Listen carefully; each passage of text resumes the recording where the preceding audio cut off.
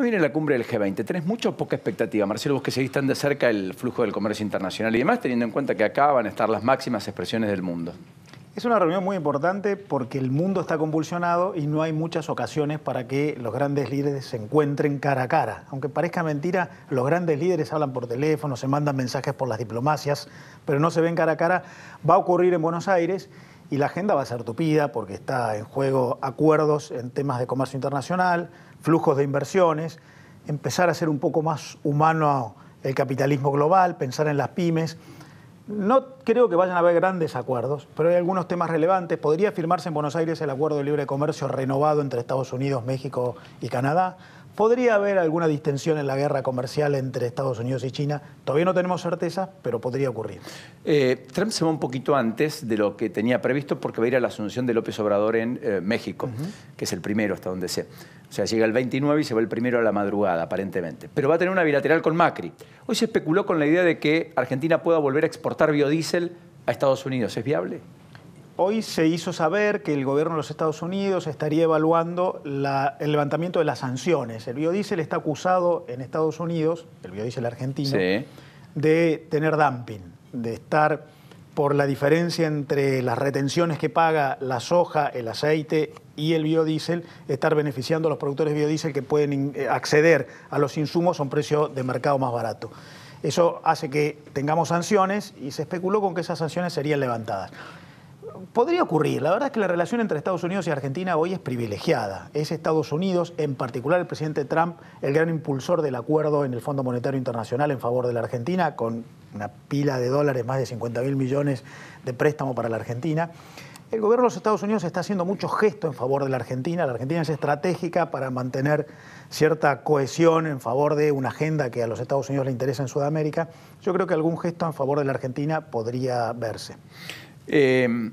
También se especula con acuerdos a partir del desembarco de Bolsonaro y la idea de un Bolsonaro que no entiende que la prioridad sea eventualmente el Mercosur, sino salir a captar unilateralmente mercados y acuerdos bilaterales y mirar por Chile, el Pacífico, etc.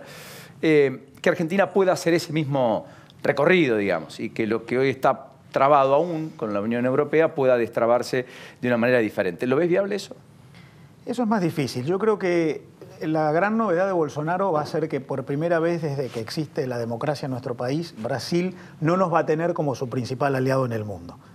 Alfonsín tuvo a Sarney, Menem tuvo a Fernando Henrique, los Kirchner tuvieron a Lula y Dilma. Bolsonaro está diciendo, Argentina todo bien, pero me interesa también Chile y me interesan las grandes economías del mundo. Bolsonaro está diciendo, Brasil es una de las 10 principales economías del planeta, quiere jugar en esas grandes ligas y no como una economía regional sudamericana. Y yo creo que eso para la Argentina va a ser una novedad en términos de su encasillamiento en el escenario internacional. Y va a ser un problema, perdóname, porque pregunto, no es una afirmación, ¿va a ser un problema también porque esta relación que puede llegar a trazar Bolsonaro como potencia de Sudamérica con Norteamérica nos desplaza a nosotros? Eso está por verse, porque en Estados Unidos están observando a Bolsonaro. A ver qué tan sólido es el gobierno de Bolsonaro. Bolsonaro tiene una agenda que a los Estados Unidos le puede resultar simpática, confluyente en muchos aspectos con la agenda de Donald Trump. Pero todavía tiene muchos desafíos en términos de su capacidad de acción. En primer lugar, es muy minoritario en el Congreso. ¿Podrá llevar adelante esa agenda? En segundo lugar, tiene una agenda que va a afectar muchos intereses que van a reaccionar en contra de esa agenda. En tercer lugar, tiene un equipo de gobierno que no tiene experiencia en la función pública. Por lo que yo creo que lo que está ocurriendo hoy es, la agenda está bien, incluso personalmente creo que la agenda de Bolsonaro puede generar reformas en Brasil que sean muy favorables para Brasil, que necesita un ajuste en muchos temas económicos, puede generar inversión, productividad, mejor inserción internacional, pero tiene que probar que esos desafíos que va a enfrentar pueden ser superados y eso está por verse. A propósito de lo que marcabas del Congreso y demás, ayer hubo elecciones de medio término en los Estados Unidos, votó menos del 50% de la gente, no es obligatorio. Sin embargo, hubo una concurrencia más importante en algunos distritos inclusive. Una participación que llevó por primera vez a que haya más de 100 mujeres en el Congreso. 2 mujeres musulmanas se convirtieron en diputadas. Una puertorriqueña se convirtió en la más joven diputada de la Cámara de los Representantes, 29 años. Hasta hace meses se estaba atendiendo en un restaurante. Hemos tenido el primer gobernador abiertamente homosexual, que se ha declarado como tal. Parece esto un síntoma de muchos cambios en el mapa político de los Estados Unidos. Jared Polis, del hablo en Colorado. Ahora, Donald Trump conserva poder en el Senado, retiene, pierde la Cámara de los Representantes. Sin embargo, no hubo una ola demócrata, con un Obama que estuvo muy involucrado en las últimas semanas. Y ahí tengo un contraste, porque la economía funciona a fenómenos, qué sé yo. La tasa de desempleo es la más baja de los últimos 25 años. El ritmo de crecimiento en los niveles de actividad económica es el más alto en estos últimos 2 años, en perspectiva de los últimos casi 50. Sin embargo, billetera no mataba galán, digamos. ¿Qué pasó? ¿Me lo explicas? Es una elección con un resultado favorable al Partido Demócrata, pero quizás no tan favorable como uno podía esperar hace unos meses. La verdad es que han confluido distintos temas en la discusión política en los Estados Unidos. La economía está muy bien, con un crecimiento de más de 3,5%, con un desempleo que tiende a 3,5%, que es muy bajo, con una recuperación de la inversión.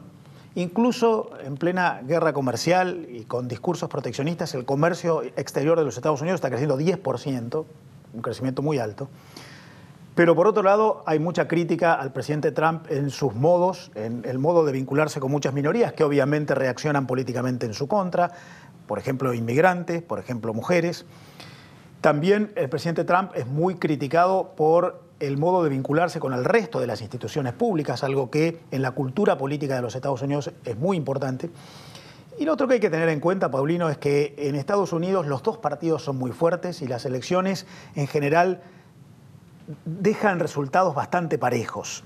Lo que ocurrió ayer fue el Partido Demócrata tiene una muy buena victoria en la Cámara de Representantes. El Partido Republicano de Trump consigue aún más representación en el Senado, mejora su posición en el Senado. El Partido Republicano de Trump gana la mayoría de las gobernaciones en juego, por lo que el poder queda bastante repartido. Algo que el pueblo americano suele ocurrir siempre, salvo alguna excepción, como el caso de George W. Bush, pero le pasó a Clinton, le pasó a Reagan, le pasó a Bush padre, le pasó a Obama. O sea, la primera elección de medio término, el pueblo vota más a la oposición para diluir poder. Con lo cual, no pueden los demócratas hacer un juicio político a Trump, pero Trump tampoco puede aplastar a las minorías si quisiera. Va a tener límites. Lo que va a ocurrir seguramente en la Cámara de Representantes con mayoría demócrata es que se van a iniciar investigaciones que van a afectar la imagen política del presidente. Pero el juicio político se define en el Senado, donde el Partido Republicano tiene mayoría. Lo último, el secreto de Argentina, dicen, después del dólar a 38, bueno, 36,5, 35,5 en el paralelo, casi en la banda de abajo, muy raro, muy curioso, nadie lo preveía, etcétera, pero a costo de una tasa del 67% hoy, aunque menor que ayer, 67%. Qué bien estábamos cuando estábamos en el 40, ¿no? Por ciento anual.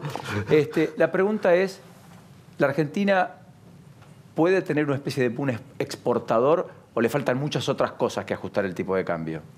Las exportaciones van a crecer, pero no van a ser un boom. Van a crecer porque hay mejor tipo de cambio, pero sobre todo van a crecer porque vamos a tener una mejor cosecha el año que viene y el 60% de nuestras exportaciones es de origen agropecuario. El gobierno espera que el año que viene las exportaciones crezcan 20%. No sé si van a crecer tanto, van a crecer mucho, algo tipo de cambio, mucho mejor cosecha. Pero para tener un boom exportador hay que tener una tasa de interés más baja, hay que tener predictibilidad, un escenario en el que uno, además de simplicidad, baja aleatoriedad, pueda planificar a mediano y largo plazo. Eso todavía no está. Y la verdad es que todavía el entorno, no solamente macroeconómico, sino regulatorio, es complejo en la Argentina. El tributario, el de la legislación laboral, el político. Por lo que yo creo que va a haber mejor exportación el año que viene, se van a superar los 70.000 millones de dólares, pero no va a ser un boom, para eso faltan todavía algunas cosas. Marcelo, un enorme placer de que estés con nosotros. Gracias. Este ratito. Hasta la próxima. Placer. Muy gentil.